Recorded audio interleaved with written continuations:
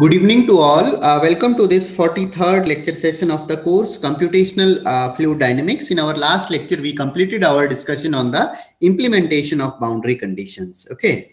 And I believe in this difficult situation because majority of you are not on campus. So many of you, whenever you will be working towards your master's dissertation thesis or BTech project, so many of you will be actually doing some computational work only. Okay, so theoretical understanding of the computational fluid dynamics, we have spent around 42 lectures on that. Now I thought to have some discussion on CFD tools. Okay, so for today we will be talking about the very popular commercial CFD software, which is called as ANSYS Fluent. Okay, now let me just emphasize that we are having a number of options available to do the numerical simulations or CFD simulations. Broadly, if we categorize, some of the packages are commercial and some of the CFD packages are actually open source. Okay, so the difference between the two is that in case of commercial packages, we have to purchase the license of that software, and using that licensed version, actually we have to do simulations. Okay, and another thing is, in case of commercial software, we are not having direct access to source code, not having direct access to source code. Okay, so for example, if you want to see that how code is written, what is there at the background which is happening, so we are not having access to the code files. Whereas in case of open source softwares, we do have access to these. We do have access to these files. Okay, now here comes the key difference. In case of commercial softwares, so whatever physics actually implemented in the solver, we can majority of the time solve that one only, and if we want to do some minor additions into the solver, that can be incorporated with the help of some user defined functions. Okay, so we can have some user defined functions, but obviously with these user defined functions we can do minor modifications, and say we want to add some extra terms into extra physics we want to include into our existing solver, so that can be taken care of with the help of user defined function. However, we will not be able to change the source code. Where in case of open source softwares, we will be having access to the code also. So if you want to add some additional physics into the existing solver, so you can actually directly modify the source code. Okay, and at the same point of time, say for some new physics you want to write your own piece of the code, that can also be actually incorporated with the existing libraries of that open source solver. Okay, so this is the key difference. So the tool today which I'll be talking about, it is very popular commercial CFD package, and it is called as ANSYS Fluent. Okay, so in this we will be actually studying how to set up two-dimensional pipe flow, or rather appropriately I can call it as two-dimensional Poiseuille flow case. So where flow is happening through some plates. Okay, so that flow we will actually try to simulate. And second problem will be dam break problem. So in case of dam break problem, what we have in case of dam break problem, we will be having our domain something like this, and in this domain we will be having our surrounding medium as air, and we will be considering some column of liquid over here, and we will try to study the collapse dynamics of this column of liquid. Okay, so if we consider that, say we are having some hypothetical wall over here, some obstruction over here, if we remove this obstruction, what will be happening? Because of the gravity, this whole liquid column will be collapsing. So how it is collapsing, that we will try to simulate. Okay, so this is the case, nothing but this is popularly called as 2D dam break problem. And the difference is this: in this first case, we are only having some single fluid which is actually moving. So this is case of a single phase flow. Okay, whereas in case of this second problem, in our simulation domain, we are having some liquid column and we are having air also in the surroundings. Okay, and this is some boundary in between the air and liquid, which is called as interface. And this interface will be actually changing with space and time. For example, after some time t, this interface may look something like this. Okay, so the boundary in between the liquid and air is actually spatially and temporally, it is actually changing. Okay, so this type of situation can be called as nothing but two-phase flow situation. And when we are having more than two fluids available, then popularly we call the situations as nothing but multi-phase flow also. Okay, so we will restrict our discussion to single phase flow and two-phase flow only. Okay, whatever the two problems I have specified over here. So first we will talk about pipe flow simulation. So when you have installed, I am considering at the moment that you have already installed ANSYS Workbench into your computer. So once you have installed in your machine or in your desktop ANSYS Workbench, then you can open it like this. You can write Workbench and it will be automatically showing which and this 2021 R1 is something which is showing which version of actually ANSYS is installed in your computer. Okay, and if you click on this, you will be finding window something like this will be opening. Okay, so you can see this is some Workbench window which has opened, and in this Workbench window you can see on the left hand side we are having some toolbox. Here first title is actually analysis systems. Okay, and inside analysis systems we are having actually number of modules available. For example, you can see topology optimization, steady state thermal, transient thermal, turbomachinery fluid flow. So like that we are having number of these modules available. Okay, we are having some modules for electric also this one electricity and magnetic related problems also. So what we will be doing in this present case, we will be actually simulating using the solver ANSYS Fluent. Okay, so that's why, and we will be actually mainly studying about fluid flow. So we will be actually double clicking on this fluid flow fluent option. So whatever this fluid flow fluent option is there, we will be double clicking on it. Once we double click, we will be finding that in our next area some window will come like this. Okay, so this will be coming actually. Now here if you see, it is showing nothing but the entire sequence which we have to perform in order to do a CFD simulation. For example, the first part is geometry creation. We have to create geometry. Second part is mesh. So we have to create some mesh. Then we have to set up our simulation case. So in the simulation setup, we will be selecting our governing equations, boundary conditions. Then we will be selecting solution methods, discretization schemes, etc. And then final step comes the solution.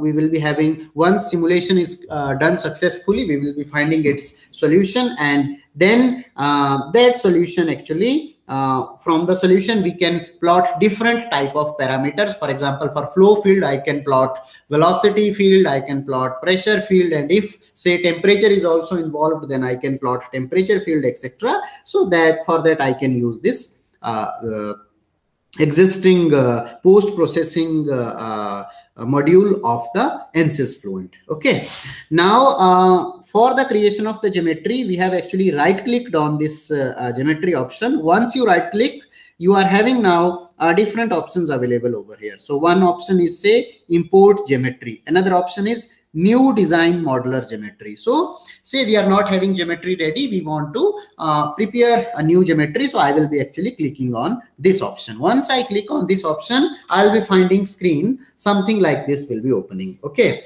now in this screen, if you can see over here, there is some sketching option. So I will be actually clicking on sketching option. Once I click on sketching option, I will be finding that the number of sketching tools are available over here. So there is some line, tangent line, line by two tangent, so different type of rectangle, circle, oval, etc. So number of standard shapes are available, and by using these standard shapes actually we can construct our geometry over here. Okay, and you can see in this blue colored window we are having our global coordinate, our coordinate system. So you can see this x, y, z represented with three different colors, and vectors are shown, arrows are shown as pointing in individual directions. So this shows our different coordinate system.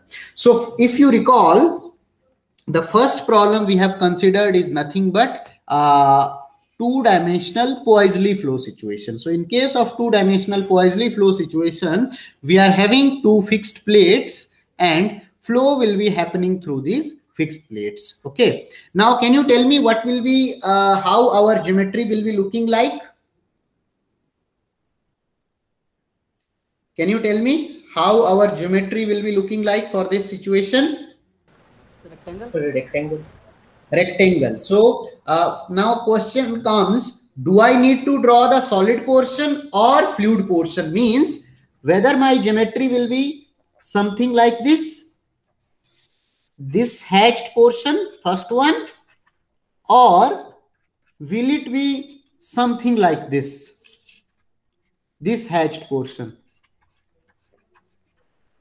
Which one will be part of my geometry? Can you tell me? So the second one. Second one, yes, you have correctly answered. So many of us do some mistake while solving while doing the CFD simulations, that instead of creating geometry for the solid portion, for the fluid portion, we create geometry for the solid portion. So we have to remember one thing. Now we are interested within the fluid medium. Okay, so we are interested within the portion where fluid is flowing. So that's why we need not to consider this wall over here, unless or until we are doing some conjugate heat transfer problem where some heat transfer is taking place across the wall and we want to study some conduction heat transfer inside wall also. Okay, so if that is not the case, what we can do, we have to only consider our fluid module, fluid portion as part of the geometry and mesh, because we are only interested in the flow structure. Okay, so that's why whatever this second part is there, this is nothing but represent the internal fluid portion of our flow domain, and these boundaries are nothing but represents the close vicinity of the fluid to that of the solid surface. And here in these boundaries we will be supplying some boundary conditions actually which are present because of the presence of the solid boundary. Okay, and if we are having some non-porous solid boundary, obviously the first boundary condition will be no slip and no penetration. Okay, so now what I will be doing, I will be selecting nothing but rectangle because I have to create my geometry something like this. So this is the rectangle which I have drawn over here on XY plane. Now for this rectangle, what I have to do, I have to specify its dimensions. So it may be the case that randomly I have drawn this one. So for specifying the dimensions, I will be clicking on this option, dimension. Okay, and once I click on the dimension option, you will be finding that we will be having options something like this: general, horizontal, vertical. So means depending upon the line for which we want to specify dimension. For example, if we are having horizontal line, for horizontal dimension we may click on this, here we may click on this. Then depending upon when we are having some arc or circle, we can click on radius or diameter.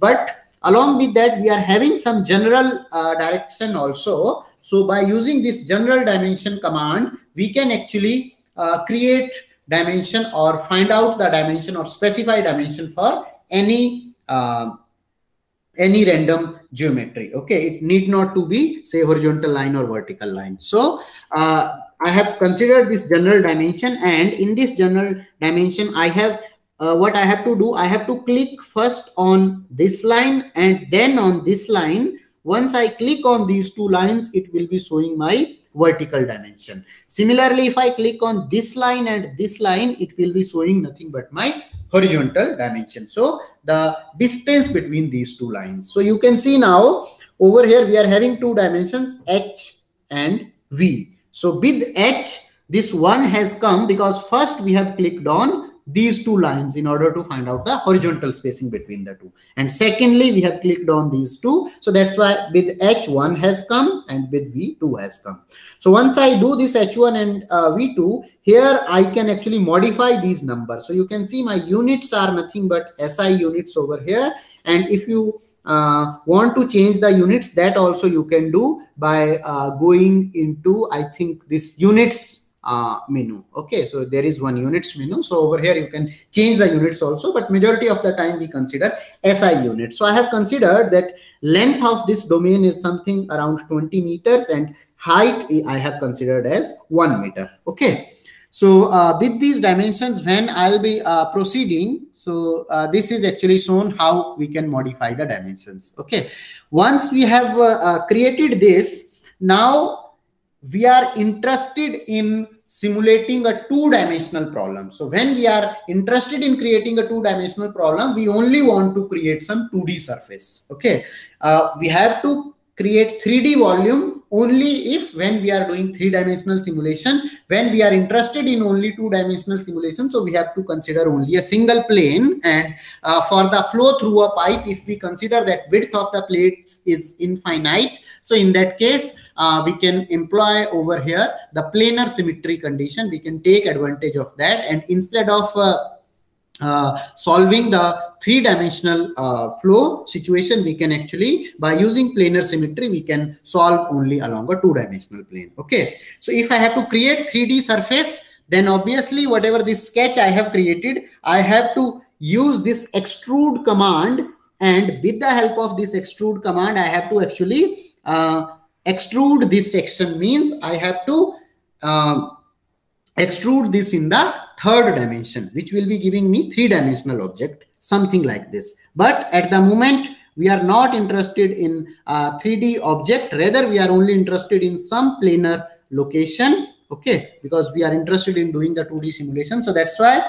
I will be actually go to this concept menu, and I'll select the option surfaces from sketches. Okay, when we will be clicking, it will allow us to select the geometry. So we will be selecting all 4 edges of this rectangle by pressing the control key. Okay, once we have selected, we will be clicking on this generate option, and once we have clicked on generate, it will be actually developing this planar geometry which we want to create. Okay, once we have created this planar geometry, so means our geometry creation portion is automatically done. So if you clicked on generate command, you will be finding that this will be giving some green colored tick mark over here. Okay, next what we have to do, we have to go to this portion mesh, because we have to create some number of control volumes into our flow domain. So for that, we will be going into mesh. So either we have to double click on this, or we have to right click and then open. Okay,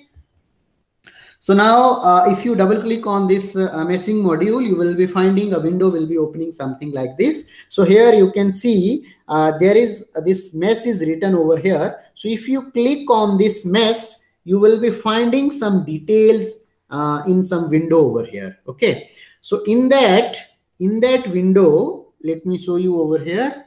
Yeah, in that window, what you have to do. Okay, so I think that portion is not shown over here, but if you see, if you click on the mesh, you will be finding some details of the mesh, and in these details of the mesh, there will be some written something like this: physics preference, solver preference, and these two are now important points. Okay, so once you will be clicking on this mesh, these details will be appearing to you, and by default, in place of CFD, this will be nothing but mechanical. So mechanical is actually used for solid objects when we want to do some stress analysis. So this option, physics preference, you have to change from mechanical to CFD, and once you go to CFD, then it will allow you to select the solver preference, because in ANSYS, apart from Fluent, there is another solver, CFX also. So as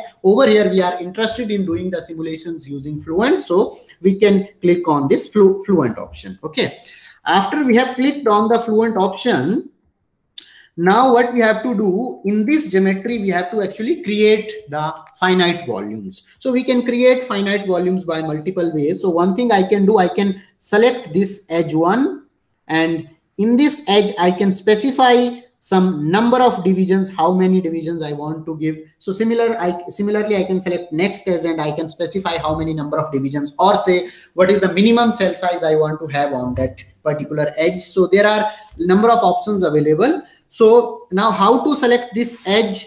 So for that we are having, you can see these different green, highlighted green colored options are here. So this option over here is showing green color throughout. So it means this is to select the entire body. So this is to select the entire body. And then we are having this option where we are having some cube-like structure, but green color is only on a single face. So if we click on this option and after that we click on our geometry, it will be only selecting a face. Wherever the face on which we are actually clicking, that face only it will be selecting. And for this two-dimensional surface, this body option and face option will be actually giving the same outcome. Then there is one more option where only one edge is actually highlighted as green. You can see over here in the zoomed view. So this edge is highlighted as green. So if we click on this, so it means based on this, we can select only an edge. And similarly, one more option is there if you want to select any vertex of the geometry. So for that, this point option is also there. Okay. So at the moment, we will be selecting our edge option and we will now be clicking on this edge.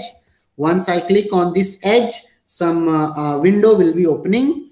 So you can see, yeah, now I have clicked on the edge and then I have done right click on this mesh and then I have gone to insert and I have entered into sizing. Okay, so now I want to give some size to this edge. So you can see we are having some sizing option over here. So once you click on this size, you will be finding this sizing option will be opening something like this. Now in this sizing, we have selected type as nothing but element size, and in element size what we are selecting nothing but our number of divisions. Okay, once we selected these number of divisions, then we have to specify over here how many number of divisions we want to give. Okay, and whether we have to whatever the behavior we have assigned, whether means whatever number of edges we have assigned, whether we have to hardly means put it as a stringent condition, or like we can put it as soft, means in some cases in order to adapt with the mesh structure it can relax also. So we have chosen over here hard option. Okay, now you can see in this geometry option, in this sizing option, we are showing that geometry is having two edges. So what we have done basically, if you see our geometry, in our geometry, this left edge and right edge are identical to each other. So both the edges we have actually selected together. Okay, so once we have selected both these edges together, we have to specify number of elements. So say we have specified some number of elements. Actually, this is hidden behind that option. Okay, now it is not with number of divisions, rather it is having some element size, and element size is given as 1.002 meter.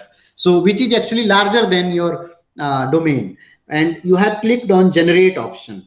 Once you will select the generate option, it has I think I have wrongly mentioned. So this is coming, this photograph is taken at actually some different instant. So in place of element size, now option over here is number of divisions, and number of divisions selected are nothing but 10. So if we select this 10 number of divisions and click on this generate button, we will be finding that some mesh is created, and you can see now mesh is created in such a fashion that this immediate elements adjacent to this edge are having 10 divisions, over this edge also there are 10 divisions, and in between actually it has created some arbitrary random structure. Okay, so it means along with these two, now we have to specify number of elements on these also, otherwise it is taking some random grid. Now we have actually specified number of elements on these two also. Okay. Yes. Sir, what is the significance of this this giving sizing, and how do we decide that where we have to give sizing and where we do not have to give? Sir, how do we decide that? Yes. See, if you are not using any sizing option, in that case it will be creating arbitrary some randomness. Okay, so by giving this sizing, whatever element size you want to keep as per your requirement, that actually you can meet. Okay. I mean, sir, what will be the impact on the results if we are doing this? Yes, so that is what we do. If you see in CFT, we are nothing but taking one approximation that we are selecting our control volume, finite sized control volume, in such a fashion so that whatever the average representative value phi bar we are getting for that node, we consider that phi bar is almost uniformly distributed over the entire domain. Okay, so that is nothing but some average representative of the entire domain. So it means if you take very large cell size and then define some value at node point, in this large element there will be more chances that whatever our approximation we are considering, actually that is not correct. It means within the cell there are some significant changes happening which does not represent this nodal parameter as a true average value. Okay, so under this condition we have to check actually with different grid sizes that at what point our solution is becoming independent of the grid. Okay, so we will not be having exactly grid independent solution because of the we are using this approximate method, so we will be having some computational errors which will not always lead to the exact solution, but we will be having some convergence when we will be actually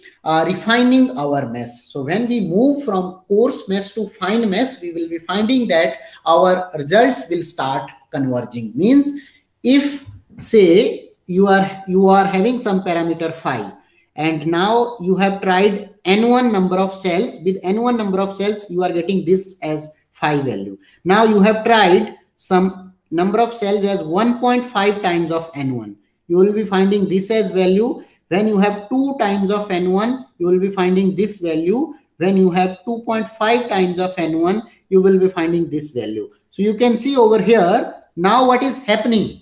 When you are moving from this coarse mesh n1 to 2.5 times of n1, your result is changing, but for 0.5 n1 difference, here you are having the large change. Then upon further refinement, this change is actually decreasing. Okay, so that is something which we have to perform before concluding that our results are correct or not. And moreover, we have to also do some validation with the benchmark cases available in the literature or from the experimental data. And once benchmarking is done successfully, then we can use the current setup for doing some parametric variation and solving and deriving our own conclusions. Okay. Yes, sir. So this flattening curve is basically representing convergence with the solution, convergence of the solution, right? Yeah. So this is showing the dependence of the solution on grid size, and this is basically over here. If curve is moving in this way, so it means it is showing that upon refining the mesh, our solution is actually converging. So it means it is becoming. I am not saying that it is completely becoming independent of the grid size, because this small change you will find that it always be there, but the amount of error, if it is very less, then there is no need of further extending the number of meshes, because that will be actually increasing your computational times by many folds. Okay, so because of this, we have to actually restrict ourselves to some limit where our solution is also accurate and benchmarked with the existing problems, and it is giving like meeting our computational expenses requirement also. Okay. Yes, thank you. So now you can see it has created some mess. Now number of divisions are strictly followed, but still in between some random structures are also appearing. Okay, so grids are not perfectly like aligned in the aligned with the our principal coordinate axis. Okay, so in order to like further force, what we can do, instead of doing the edge sizing, we can also go for face meshing, and we can specify for face how many number of divisions we want to do. And once we select this geometry and if we apply the face meshing, now in face meshing it is asking method. So we are selecting say quadrilaterals as our elements which we want to use. So in case of quadrilaterals, we may also select triangles. So when we are selecting the quadrilaterals and applying our face meshing, we will be finding that once we generate, we will be finding that our all the elements have become nothing but equispaced and parallelly aligned to the axis. So this has become nothing but our proper structured mesh. Now if we want to see the quality of this mesh, okay, so I think the information about the quality is not included over here, but if you see here below, there will be some options where you can check actually the quality of the mesh, and what quality of mesh we have to check, that I will be telling you in the further slides. Okay, so there are some parameters about the skewness of the mesh, about orthogonality of the mesh. So all these parameters actually we have to maintain in certain specific limit, then only our simulation results will be actually correct. Okay, so what are these parameters, that I will be describing in the subsequent lectures. Then after that, what we have to do, so till now we have created the mesh, but now we have to specify that when we will be using this particular mesh for our simulation setup, we have to specify that what are the boundary conditions we require. Okay, for example, this left is, we are having some boundary. So at this boundary, I want to specify some boundary condition. Similarly, I have to specify some boundary condition over here, and some on top and some on bottom. So what I have to do, I have to over here name these boundaries. Okay, and in our simulation setup, we will be calling these boundaries by these names, and we will be specifying some boundary conditions over there. Okay, so for this purpose, we will be actually just first selecting this left edge, because left edge is something which is our inlet of the flow domain. So I'll be selecting first this left edge, and then I'll be right clicking, and after right clicking, I have to select this option, create named selection. Once I click on this option, create named selection, a window something like this will be opening. So in this window, I have to write the name, whatever name I want to assign. For example, for this left boundary, I want to now assign some name as inlet. Okay, so I have written the name over here, and this is actually applied on selected as, and I'll be clicking on OK. Similarly, I'll be selecting the right edge, and for this I have given some name as outlet. Then I'll be selecting together top and bottom edges, because both are walls, so we can supply same boundary condition to both. So that's why both of these walls I have selected all together. If I have to say select, if I have to simulate a coed flow like situation where bottom plate is fixed and top plate is having some velocity, in that case this top wall and bottom wall we have to actually select separately, and we have to assign different names. Okay, so but in the present case, because we are considering that both the walls are fixed, so we want to specify same boundary condition. So that's why I have selected together and specify the name as nothing but walls. Okay, once this much task is done, I can like go back to my main window, and in the main window now this symbol will be looking something like this. So I have to right click and click on update. So the meaning is whatever changes or whatever settings I have made in the mesh, so this by clicking on update, all these changes will be actually included in the mesh. Okay, once mesh is created, then next part is we have to go to setup. So once we go to the setup, we will be finding a window will be opening something like this. So in this window, you can see automatically it has selected dimension as 2D because we have created some surface mesh. Okay. Then there is some option if we want to see mesh once our window will be opening. So we have selected it as a display mesh after reading. And then for variables, when we are having some decimal points, if we want to have double precision, then we can select this option. Okay. Now there is this option whether we want to run this simulation in multiple processors or single processors. Okay. So for this parallel option, at the moment we have selected only one processor. It means we are doing this simulation serially. If we select more processors, then obviously our simulation will be done in parallel mode and it will be handled by more than one processor. Okay. Then we will be clicking on this start option. Once we click on the start option, we will be finding some window like this: scale, check, report quality, display units, etc. And here we are having some photograph like this. So this is the photograph of the mesh because we have created on display mesh option. So this is our inlet and this is our outlet. Now over here, we have to select the solvers. So what type of solver we have to select? So we are having two options, pressure based and density based. So density based solver is actually used for compressible flow situation. For incompressible flow, solvers are nothing but pressure based solvers. Okay. So pressure based means we are trying to go for incompressible equations, incompressible solvers. Okay. Then for velocity formulation, we want to go for absolute system, and for time, we can select over here whether we are having steady simulation or transient simulation. So for example, this case flow through the parallel plates is something which is a steady flow situation over here. So we have selected steady option, and it is a two-dimensional planar case. So that also we have to specify whether it is axisymmetric swirl or planar. So it is nothing but a two-dimensional planar symmetry. Then we are having this gravity option. Once I click on this option, it will be showing X, Y, and Z. And now in whatever direction gravity is acting, for example, here gravity is acting in negative Y direction. So in front of Y, I can write minus 9.81. Okay.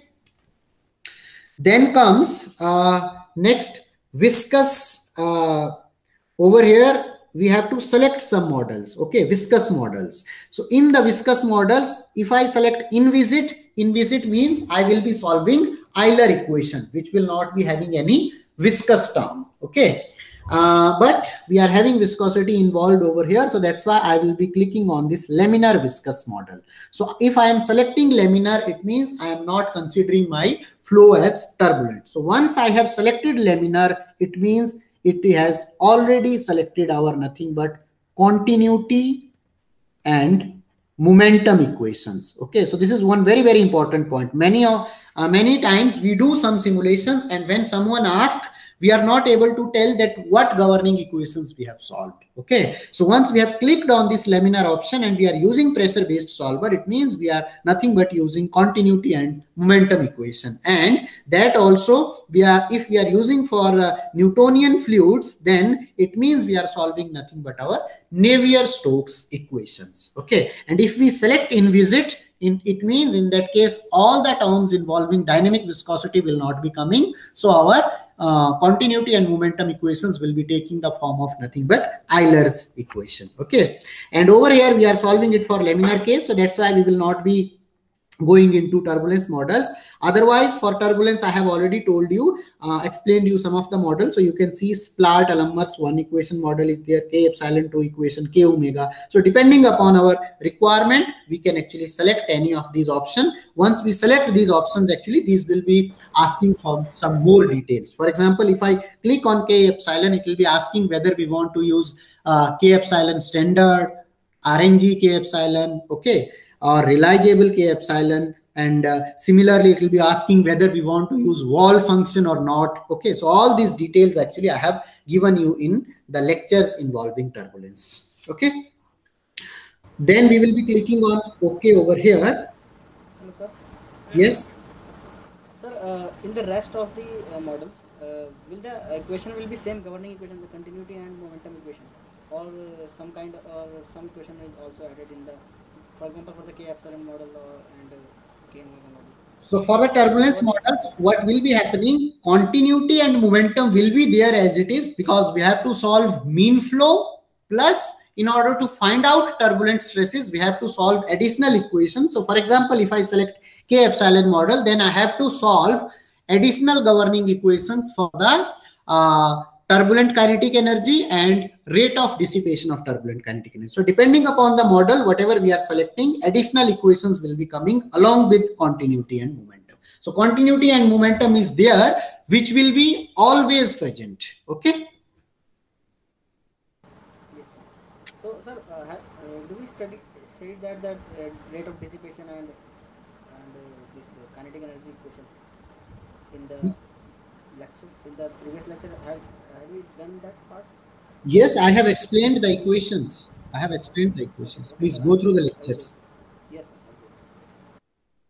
In case of if we want to add temperature equation overall, here we want to study heat transfer also, then we have to click on this energy equation. So you can see energy is now off. It means we are not solving transport equation for temperature. Once it is on, it means we are solving equation of temperature also. Okay, so now we have selected our governing equations. After we have selected the governing equations, then we have to go to materials. In materials, we have gone to fluid, and we have gone to this air. So we are having some Fluent database. So we can see a number of materials are already available in Fluent database, and their standard properties are also given. And in case we want to change these properties, we can actually create our own materials also. Okay, so here we have actually selected density as constant value, viscosity also constant. In some cases, say if we are having some fluid for which we are operating in the range of properties where changes in property values are actually taking place very much significantly. In that case, instead of having constant value, we can actually select some polynomial function for our properties also. Okay, so in present case, we will be selecting constant properties, and fluid is our air. So I have selected this material. So you can actually, if you want to create your own material, you can specify name over here, you can specify properties, and then you can click on change or create option. Okay. So here we have selected that the fluid which will be passing through the flow domain, that will be air only. You can see that other fluids are also here. Okay, so fluid selected over here is now say water, and water also you can see in liquid phase, vapor phase, differently it is given. So this is the water in liquid phase which is selected over here.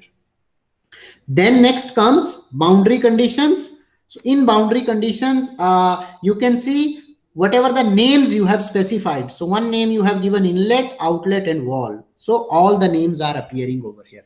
Now you will be selecting this inlet option. Now to this inlet option, what I want to give, let us consider that I know the initial velocity. So I want to specify velocity inlet. So that's why I have selected over here velocity inlet boundary condition. And how velocity inlet boundary condition is actually implemented in CFD solver, that I have already told you in the previous lecture. Okay, so velocity inlet boundary condition we have selected. Now can you tell me what other boundary condition I can select for wall and outlet?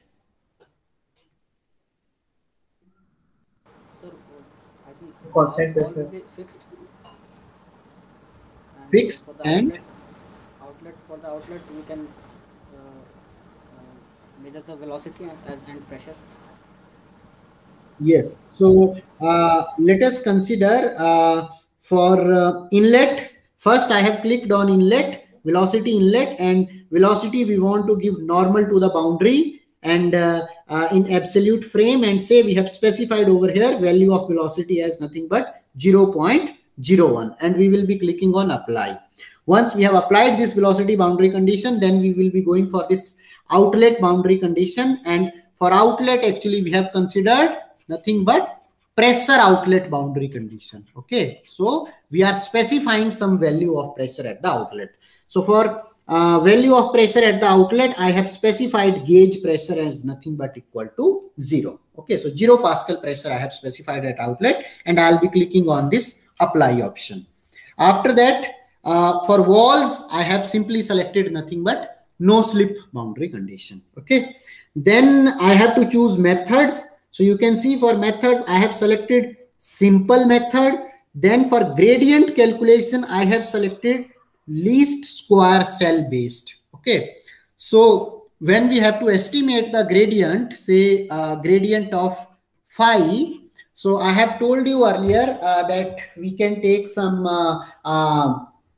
linear interpolation, quadratic interpolation. So like that, there is one method which is called as least squared cell method. Okay, so let me give you just brief idea about least squared cell based method. In case of least squared cell method, what we do, let us consider that this is my cell which is under consideration. It is having some value over here as say phi p, and in its surrounding there are say another node points, these 4, and this one is having say value phi 1, this is having phi 2, this is having phi 3, and this is having phi 4.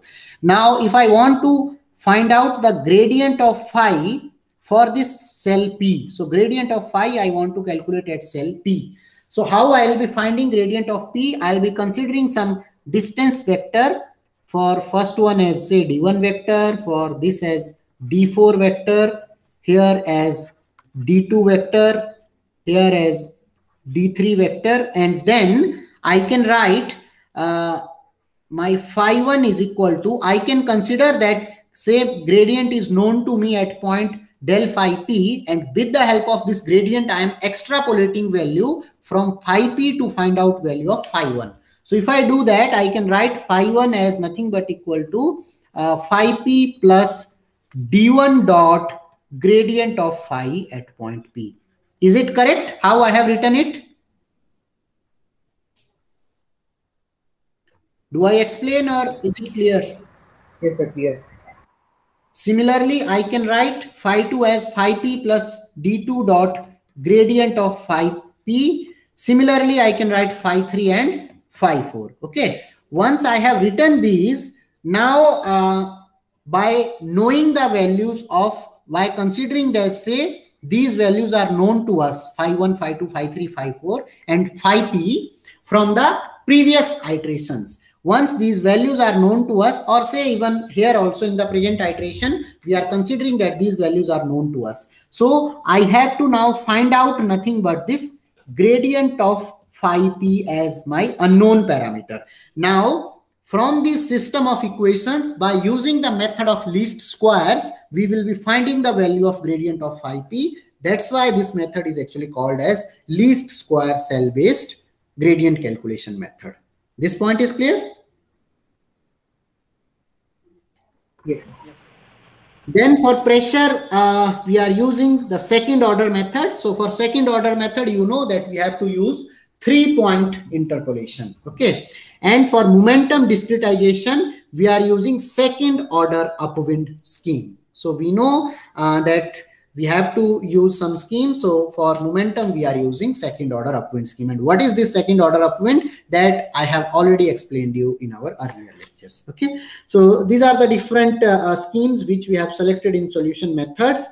Then after that, this is this option residual. So obviously we want to monitor some residuals. So once I click on this, I have clicked on this option print to console. So the meaning of print to console, that these residual values will be printed in this white colored window over here. So when the iterations will be moving in our numerical solution, at that time these residual values will be actually appearing over here. And also I have clicked on plot. So in this blue colored window also, I'll be able to see the residual plot. Okay. And number of iterations to plot, I have restricted, say in this plot, I'll be only seeing the latest 1000 iterations. And I want to see the residuals. I want to see for all continuity XY equations. So I have selected over here, monitor all, and check convergence. For convergence, actually, we have specified limit as 1 into 10 to power minus 6. Okay. So after these settings, then we have to go to our initialization of the solution. So for initialization, I have selected standard initialization. Initialization means at t equal to at the starting of the iteration process, we have to specify value for guess value for different variables. So I am initializing from inlet. For inlet, I have specified these 0, 0 as some initial values. Okay, once I have initialized, now I have to go to run calculation, and in run calculation I have say initially selected that I want to perform 1000 iterations, and if before 1000 iterations convergence is achieved, then obviously my solution will be stopping. Okay, and report interval means after every iteration I will be able to see the residual. Okay, and once I click on calculate, I'll be finding that solution will be going and moving, and I'll be having residual plot, something like this. So at this moment we are solving one continuity, x momentum and y momentum. So that's why for these three we are finding residual plots, and you can see after these iterations, once convergence is achieved, so we are finding that our residuals are reaching almost constant value. And if we follow the convergence criteria 1 into 10 to the power minus 6, then obviously beyond this our solution will be stopping. So we are finding that as per our convergence criteria, in something around 300 iterations our solution has converged. Okay, once our solution is converged, then I can go to results section. So you can see we are having some result section over here, and in result I can plot contours, I can plot values, xy plots, etc. So the first result actually I am plotting as nothing but contour, and I am plotting the contour of velocity, and I have selected over here field option. Field option means it will be showing in the entire domain variation of velocity color. If I click on save and display, I will be finding, and then it will be asking that this velocity magnitude where I want to plot. So here I can select whether I want to see this color only on inlet or outlet or on entire domain. If on entire domain, then I'll be selecting interior. So once I select this option, I'll be finding my velocity contour, something like this. So you can see at the inlet our velocity vector was uniform because we have specified uniform velocity, something around I think 1 meter per second, or say 0.01 meter per second. And as we have moved along the flow, profile has developed, and finally over here we are having something like parabolic profile. So you can see in the center we are having high velocity, and near the wall we are having strong gradient of the velocity. Okay, then at any position, say if I take some position, some cross section over here, and along this cross section if I plot velocity profile, so at any cross section I have plotted the velocity profile, and it is actually almost looking like parabolic nature. And if you want to benchmark, I can superimpose analytical velocity profile over here in order to confirm the validity of our simulation. Okay, so is this till this point it is clear how we can set up case? Yes, sir. Shall I quickly go through the second problem also, or you want me to take up in the next lecture? Okay, let me take up this in the next lecture only. I'll stop at this point.